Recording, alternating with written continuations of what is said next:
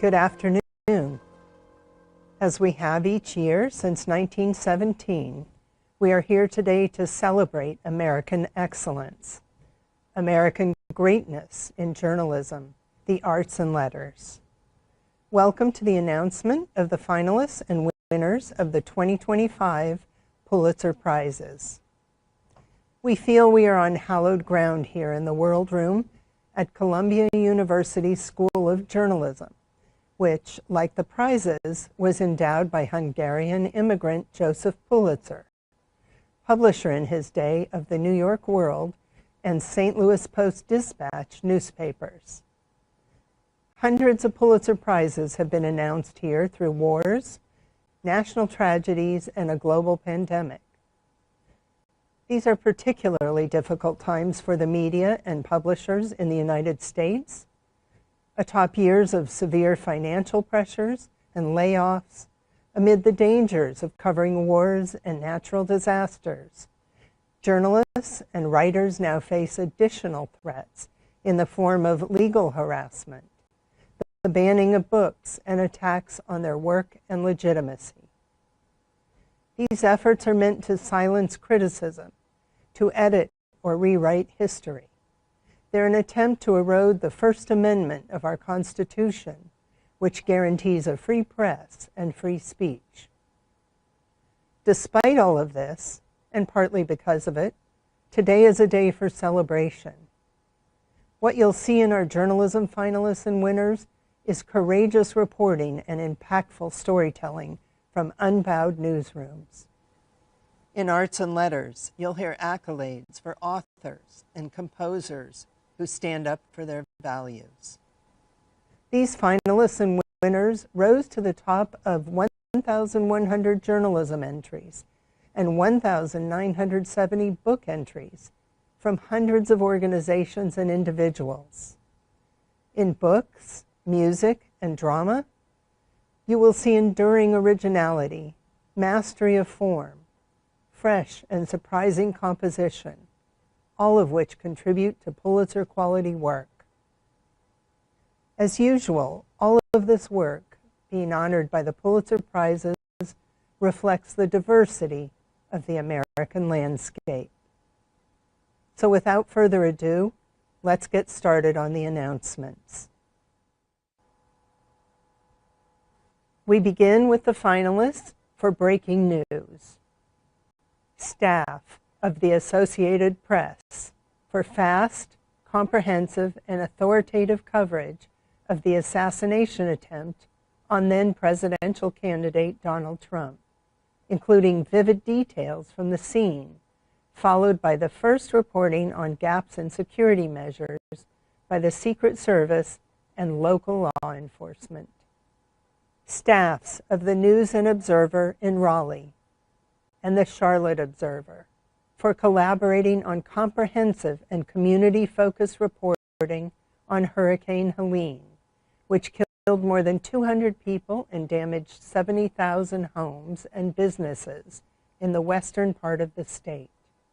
Staff of the Washington Post for urgent and illuminating coverage of the July 13th attempt to assassinate then presidential candidate Donald Trump, including detailed storytelling and sharp analysis that coupled traditional police reporting with audio and visual forensics. And the prize goes to staff of the Washington Post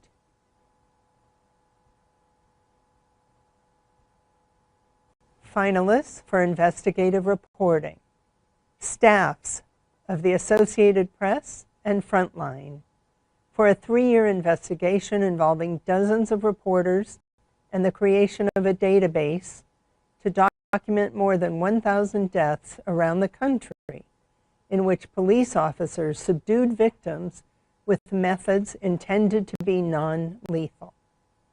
Staff of Reuters for a boldly reported expose of lax regulation in the U.S. and abroad that makes fentanyl, one of the world's deadliest drugs, inexpensive and widely available to users in the United States.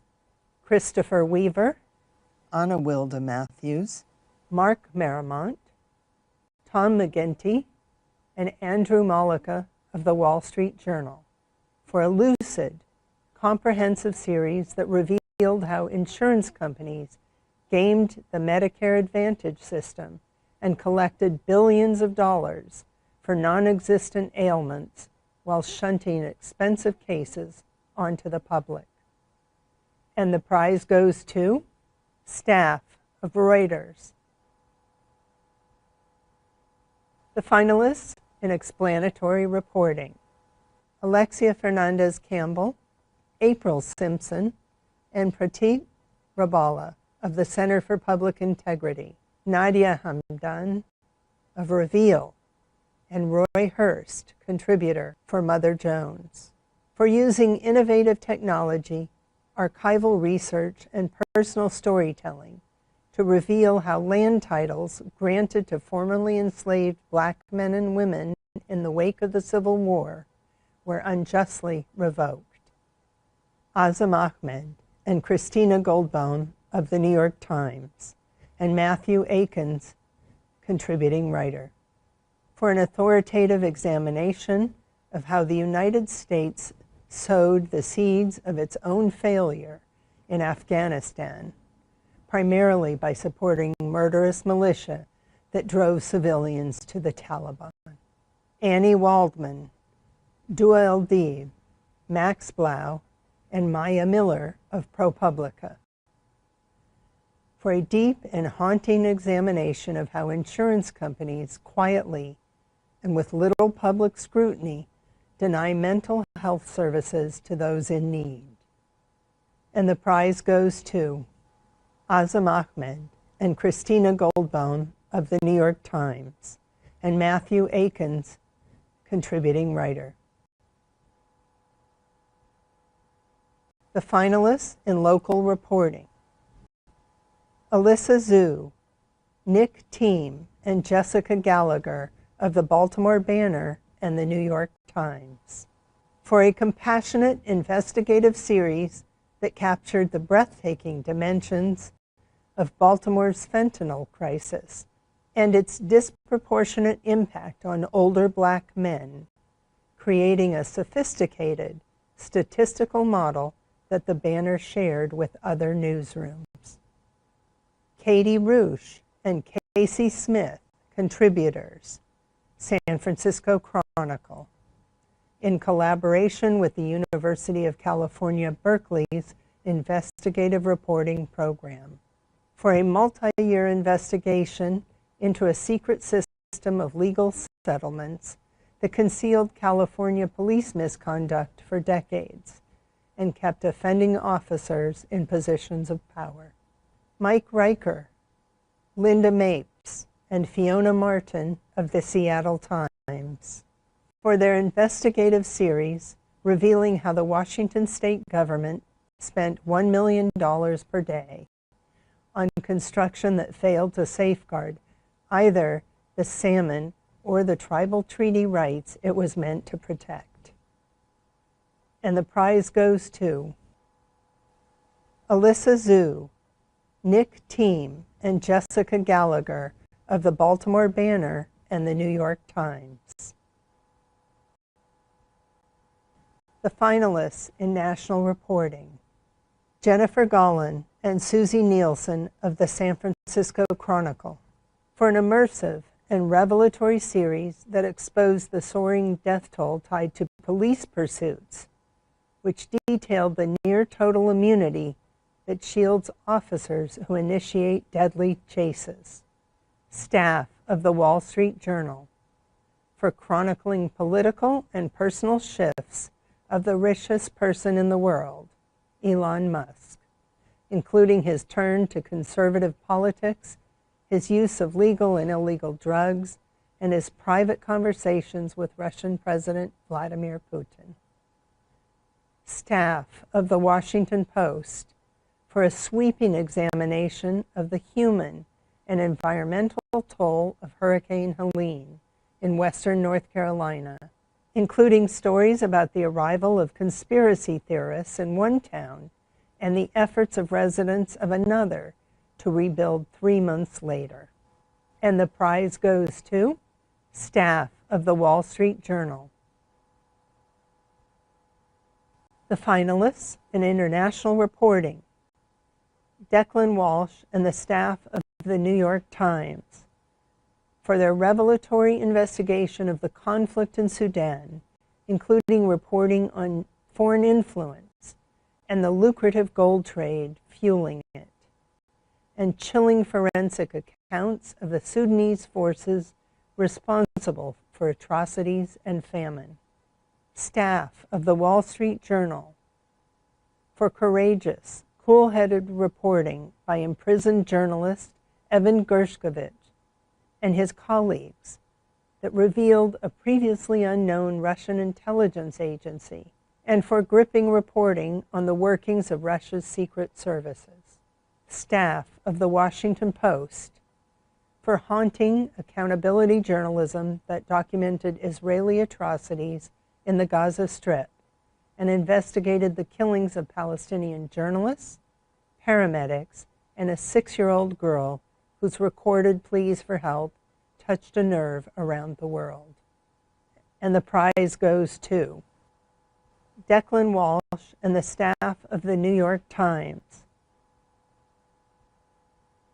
The finalists in feature writing: Mark Warren, contributor, Esquire, for a sensitive portrait of a Baptist pastor and small-town mayor who died by suicide after his secret digital life was exposed by a right-wing news site.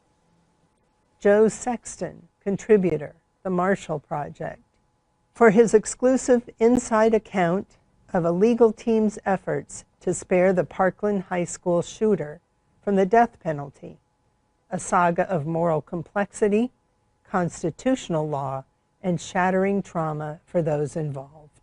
Anand Gopal, contributing writer, The New Yorker, for a deeply reported narrative of a woman's life before and after she is imprisoned at an isolated detention camp in eastern Syria, illustrating how love and family intersect with larger geopolitical concerns. And the prize goes to Mark Warren, contributor, Esquire. The finalists for commentary: Gustavo Arellano of the Los Angeles Times, for vivid columns reported from across the Southwest that shattered stereotypes and probed complex shifts in politics in an election year when Latinos were pivotal voters. Mossab Abu Toha, contributor, The New Yorker, for essays on the physical and emotional carnage in Gaza that combine deep reporting with the intimacy of memoir to convey the Palestinian experience of more than a year and a half of war with Israel. Jerry Brewer of the Washington Post, for his perceptive and informed use to examine critical social divisions in America through difficult conversations about race, gender, and media bias. And the prize goes to Mossab Abu Toha, contributor, The New Yorker. The finalists in criticism: Alexandra Lang, contributing writer, Bloomberg City Lab, for graceful and genre-expanding writing about public spaces for families, deftly using interviews, observations, and analysis to consider the architectural components that allow children and communities to thrive. Sarah Holdren of New York Magazine, for insightful theater criticism that combines a reporter's eye with a historian's memory to inform readers about current stage productions. Vincent Cunningham of The New Yorker, for illuminating and personal reviews of work that appears on television, streaming services, or social media, trenchant criticism that explores contemporary issues and society. And the prize goes to Alexandra Lang, contributing writer, Bloomberg City Lab. The finalists in editorial writing: David Scharfenberg, Alan Wierzbicki, and Marcela Garcia of the Boston Globe. For their politically courageous and deeply reported editorials on how Boston can humanely and effectively close underutilized schools in ways that improve student learning. Raj Mankad, Sharon Steinman, Lisa Falkenberg, and Leah Binkovitz of the Houston Chronicle for a powerful series on dangerous train crossings that kept a rigorous focus on the people and communities at risk as the newspaper demanded urgent action. Opinion staff of the New York Times, notably W.J. Hennigan and Kathleen Kingsbury, for a powerful graphic series on the potential horrors of nuclear war, raising critical questions for policymakers and offering recommendations that might strengthen deterrence. And the prize goes to Raj Mankad, Sharon Steinman, Lisa Falkenberg, and Leah Binkovitz of the Houston Chronicle. The finalists in illustrated reporting and commentary: Ann Telness of the Washington Post for delivering piercing commentary on powerful people and institutions with deftness, creativity, and a fearlessness that led to her departure from the news organization after 17 years. Ernesto Barbieri and Jess Rulifson, contributors, the Boston Globe, for true stories from an ICU, a beautiful, funny, and frequently haunting depiction of the fragility of human life, with each frame perfectly paced over a seamless scroll. Iran Martinez, Steve Breen, Jamie Self, and Giovanni Muges of inewssource.org, San Diego, for Fentanyl, A Decade of Death, which deftly weaves hard data and human stories with effective metaphors to create a powerful visual narrative for a national audience and the local San Diego readership. And the prize goes to Ann Telness of the Washington Post.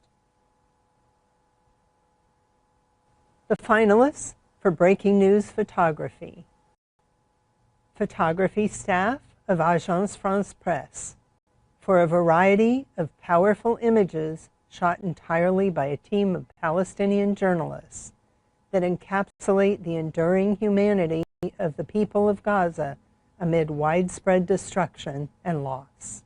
Doug Mills of the New York Times, for a sequence of photos of the attempted assassination of then presidential candidate Donald Trump, including one image that captures a bullet whizzing through the air as he speaks.